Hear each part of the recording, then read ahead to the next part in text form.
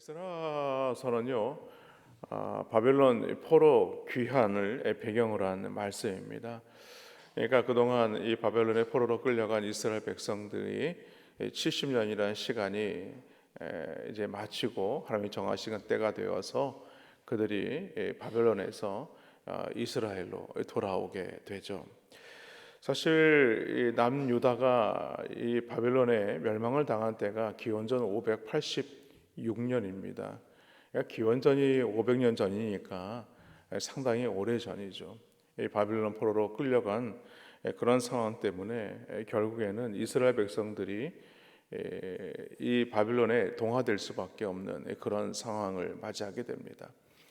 이 느부갓네살에 의해서 이 바벨론의 느부갓네살에 의해서 이 예루살렘이 멸망당할 때에 예루살렘의 모든 성벽들은 다 무너지게 되었고 성전은 다 불타 없어졌으며 또 그곳에 남겨진 사람들은 그 중에서도 이 귀인들과 유력한 자들을 다 이 포로로 끌고 가게 되죠. 결국 예루살렘에 남겨진 사람들은 어떤 사람인가? 참으로 어렵고 힘든 그런 자들만 이 예루살렘에 남겨지게 된 것입니다. 그러나 하나님이 정하신 때가 되어서 마침내 70년 만에 이스라엘 백성들이 예루살렘으로 돌아오게 됩니다. 이때 등장하는 왕이 오늘 본문에 보니까 이 바사 왕 고레스다라고 얘기하는데, 이 바사라는 것은 우리가 잘 알고 있는 이 페르시아를 말합니다. 그러니까 이 바벨론이 이 페르시아에 의해서 멸망을 당했고, 그때의 이 초대 왕이 누구냐면 바로 이 고레스 왕입니다. 이 고레스는 온 제국의 조서를 발표를 하는데 이 고레스 칙령을 발표를 합니다. 여기 보면 이렇게 얘기하죠. 1절에 보니까 바사왕 고레스 원년에 여호와께서 예레미야의 입을 통하여 하신 말씀을 이루게 하시려고 바사왕 고레스의 마음을 감동시키심에 그가 온 나라에 공포도 하고 조서도 내려 이르되라고 말씀합니다. 결국에는 이 조서까지 내렸다는 것은 바로 그 명령을 바로 이 모든 사람들에게 내렸다는 것이죠. 그 중에서도 특별히 이 이스라엘 백성들에게 자신의 고향으로 돌아가라 라고 조서를 내린 것입니다. 오늘 본문의 말씀을 통해서 이 고레스 칙령이 무엇을 의미하는가? 결국에는 하나님이 정하신 때에 그 예레미야를 통해서 하신 예언의 말씀을 이루시기 위해서 이방의 왕의 마음을 감동시키셨고, 그 이방의 왕이 이 조서를 내려서 이스라엘 백성들로 하여금 그 예루살렘으로 돌아가서 하나님의 성전을 건축하도록 하나님께서 역사하셨다라는 것입니다. 그러므로 우리는 이 땅을 살아가면서 이 세상의 역사의 주인공이 누구시냐? 바로 우리 하나님이란 사실을 잊지 않고 우리 주님을 온전히 붙잡아야 할 줄로 믿습니다. 페르시아 왕 고레스는요, 포로로 끌려온 이스라엘 백성들에게 고국으로 돌아가게 해서 그곳에서 성전을 건축하도록 명령을 합니다. 그 이유는 바로 앞에서도 말씀을 드렸지만 그 예레미야 선지자의 이 예언의 말씀을 이루기 위해서죠. 하나님은 하나님께서 약속하신 그 말씀을 이루기 위해서 이방의 왕의 마음을 감동시키신 것입니다. 그리고 그들로 하여금 하나님께서 오늘 하나님의 백성들을 그들의 땅으로 돌아가게 하시고 무너진 그 성벽과 또 성전을 다시 건축할 수 있도록 하나님께서 은혜를 베풀어 주셨다라는 것이죠. 그러므로 우리는 이 말씀을 통해서 볼 때에 이 말씀이 단지 이방 나라의 왕이 유화 정책 때문에 이런 일을 한 것이 아니라 하나님께서 그들의 마음을 바꾸셔서 하나님의 일을 이루어 가신다는 것을 오늘 본문은 우리에게 말씀하고 있는 것입니다. 그러한 사실을 우리에게 말씀하는 것이 예레미야 25장 11절로 13절에 나와 있는 말씀이죠. 이 모든 땅이 폐허가 되어 놀랄 일이 될 것이며 이 민족들은 70년 동안 바벨론의 왕을 섬기리라. 여호와의 말씀이니라. 70년이 끝나면 내가 바벨론의 왕과 그의 나라와 갈대인의 땅을 그 죄악으로 말미암아 벌하여 영원히 폐허가 되게 하되 내가 그 땅을 향하여 선언한 바 곧 예레미야가 모든 민족을 향하여 예언하고 이 책에 기록한 나의 모든 말을 그 땅에 임하게 하리라 라고 말씀하고 있습니다.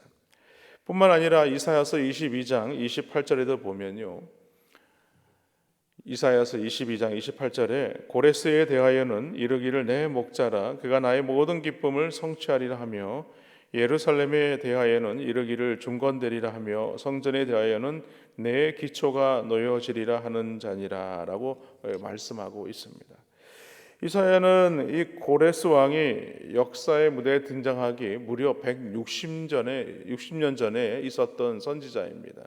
그런데 160년 전에 있었던 이 선지자가 이 이방 나라의 왕인 이 고레스 왕을 거론했다는 것은 하나님께서 그를 통하여서 정확한 이 약속을 이루시기 위함이라는 것을 오늘 우리에게 보여주고 있는 것이죠.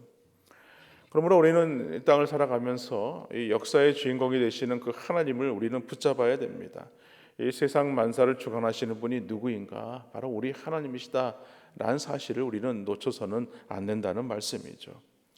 두 번째로 우리가 오늘 본문을 통해서 살펴봐야 되는 것은 무엇이냐면, 아무리 우리가 어렵고 힘들다 할지라도 우리는 하나님의 감동된 삶을 살아야 한다는 것입니다. 오늘 5절 말씀에 보니까 이렇게 말씀합니다. 이에 유다와 베냐민 족장들과 제사장들과 레위 사람들과 그 마음이 하나님께 감동을 받고 올라가서 예루살렘의 여호와의 성전을 건축하고자 하는 자가 다 일어나니라고 얘기를 하죠. 근데 오늘 말씀을 우리가 쭉 이제 내일 살펴보겠지만, 1차 포로 귀환에 반응한 사람들의 명단을 살펴보면 대부분의 사람들이 남유다 출신이라는 것을 알 수가 있습니다. 그리고 그들의 인원은요 겨우 5만 명밖에 되지 않았습니다. 총 이 포로 귀환이 보통 한 3차에 걸쳐서 진행이 되는데, 그 1차에는 이 스룹바벨을 통해서 포로 귀환하게 되고, 2차는 에스라를 통해서, 3차는 우리가 잘 알고 있는 느헤미야를 통해서 포로에서 귀환을 하게 됩니다. 그런데 이 1차와 2차와 3차에 걸쳐서 돌아온 이스라엘 백성들은 모두가 합쳐서 9만 한 5천 명밖에 되지 않습니다. 그런데 바벨론의 느부갓네살에 의해서 이 포로로 끌려간 사람이 대략 한 200만 명 정도 된다고 하면 생각하며 보면 극히 일부분만 이 포로에서 귀환한 사람들이라는 것을 우리는 알 수 있다는 것이죠. 그런데 성경을 보면요, 이 돌아온 소수에 초점을 맞추고 있다는 사실입니다. 왜냐하면 그들이 유다의 신앙을 재건하고 다시 믿음의 행진을 이어가고 있기 때문입니다. 반면에 그러면 돌아오지 않은 사람들은 어떻게 된 것일까? 우리는 나중에 우리가 기회가 되면 말씀을 한번 살펴보겠지만, 이 돌아오지 않은 그 이스라엘 백성들에 관한 그 말씀이 기록된 말씀이 바로 이 에스더서입니다. 이 에스더서에 남겨진 이스라엘 백성들 또한 하나님께서 어떻게 그들을 이끌어 가시는지, 어떻게 역사하시는지를 보여주는 것이 바로 에스더 말씀이죠. 그러면 왜 대다수의 이스라엘 백성들은 고국으로 돌아가도 좋다라는 이 고레스 왕의 조소에도 불구하고 귀환을 주저한 것일까? 왜냐하면 이미 그들은요 이 페르시아 땅에, 이 바사 땅에 거주한 지가 이미 70년이 되었습니다. 어떻게 보면 그래도 포로로 끌려와서 타향 살해를 하게 되었지만, 그곳에서 또 집을 일구고 또 자신의 어떤 일을 일구고 또 자녀를 또 키웠기 때문에 아마 그곳에서 새롭게 다시 예루살렘으로 돌아간다는 것은 아마 엄두를 내기가 쉽지 않았다는 것이죠. 뿐만 아니라 예루살렘으로 돌아간다고 한들 그들에게 들려진 소식이 무엇입니까? 예루살렘 땅은 이미 황폐한 땅이 되고 말았다는 것이죠.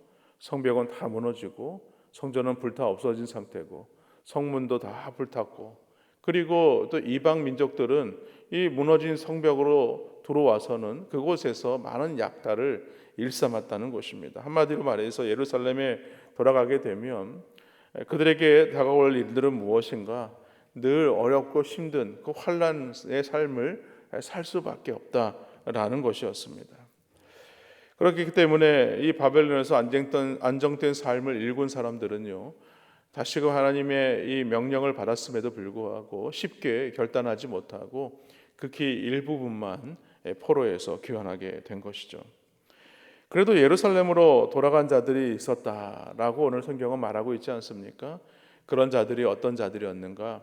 하나님의 감동을 받은 자들이다라는 것이죠. 솔직히 기억하는데 여러분 필요한 것들 또한 있었을 것입니다. 무려 4개월 동안 그들이 이주해 오면서 필요한 비용도 있어야 했고 뿐만 아니라 예루살렘에 돌아가면 집을 짓기 위한 그런 것들도 필요했을 것입니다. 그리고 성전 재건을 생각해 볼 때에 그 비용은 아마 어마어마한 것이었을 거예요. 그렇기 때문에 예루살렘으로 귀환한다는 것은 거의 불가능에 가까운 그런 상황이었다는 것이죠. 그러나 그들은 하나님이 주시는 감동을 받았어요. 감동을 받고 고국으로 돌아갈 때까지 하나님의 보호하심과 공급하심으로 말미암아 그 모든 일들을 이룰 수 있었다라는 것이죠. 그리고 오늘 하나님은요, 이 페르시아 백성들로 하여금 그 모든 것들을 돕도록 하고 있는 것을 말씀하고 있습니다. 오늘 4절 말씀을 보니까 이렇게 말씀해요. 그 남아있는 백성이 어느 곳에 머물러 살든지 그곳 사람들이 마땅히 은과 금과 그 밖의 물건과 짐승으로 도와주고 그 예외에 예루살렘에 세울 하나님의 성전을 위하여 예물을 기쁘게 드릴지니라 하였더라라고 얘기를 하죠.